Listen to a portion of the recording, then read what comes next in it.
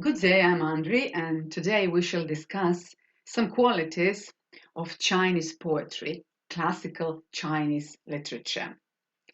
It is impossible to judge Chinese poetry from Li Po alone, and to feel Chinese poetry, which is much better than judging it, one has to surrender himself unhurriedly to many Chinese poets and to the unique methods and expressions of their poetry. Certain subtle qualities of it are hidden from us in translation, that is for sure. We do not see the picturesque written characters, each a monosyllable, and yet expressing some kind of complex and hidden idea. We do not see the lines, we do not catch the meter and the rhyme. We do not hear the tones, flats, sharps, that give a real and essential beat to a Chinese verse. I have to say that at least half the art of the Far Eastern poetry is lost when is read by what we should call a foreigner, and that means us, Westerners. In the original, a Chinese poem at its best is a form of highly polished and very precious as a hawthorn vase. To us, it is only a bit of deceptively free or imagist verse, half caught and weakly rendered by some earnest but alien mind. But surely it is not like this. What we do see is brevity.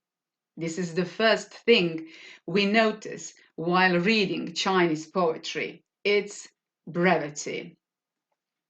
We're apt to think this poem's too slight and feel an unreal disappointment at missing the majesty and boredom of Milton and Homerus. But the Chinese believe that all poetry must be short, brief, that a long poem is a contradiction in terms, since poetry to Chinese people is a kind of moment's ecstasy and dies when dragged out in epic rhymes.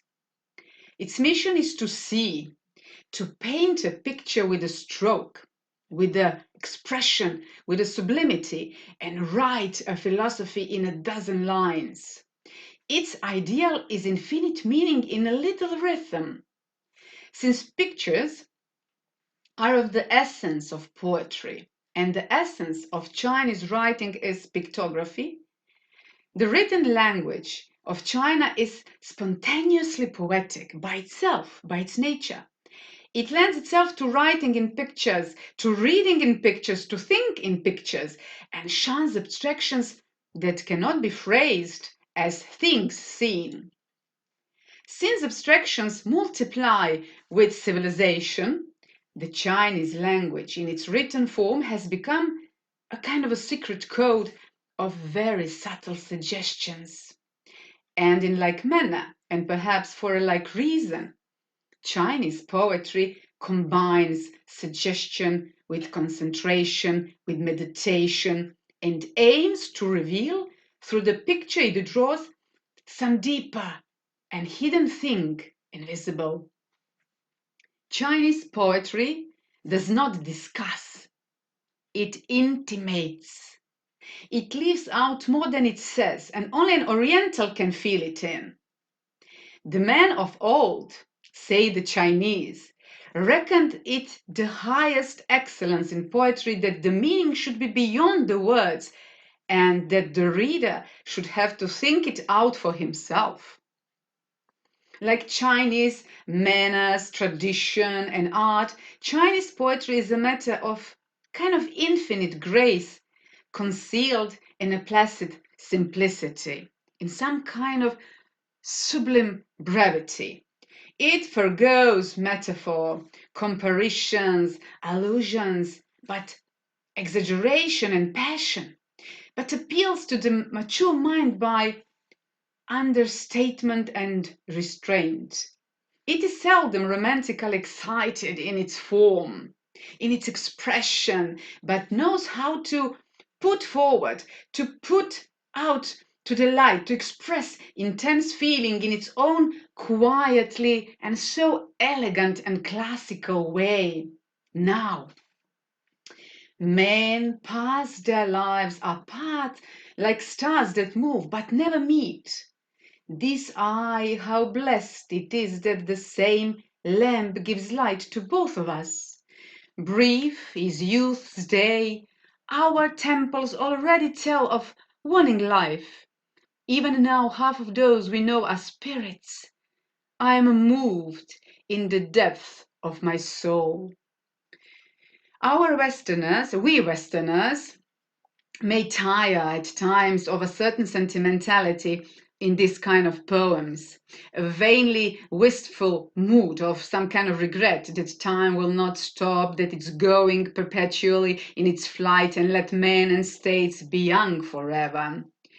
We do perceive that the civilization of China was already old and weary in the days, for example, of Ming Huang, and that its poets, like the artists of the Orient in general, were fond of repeating old themes and of spending their artistry on flawless form.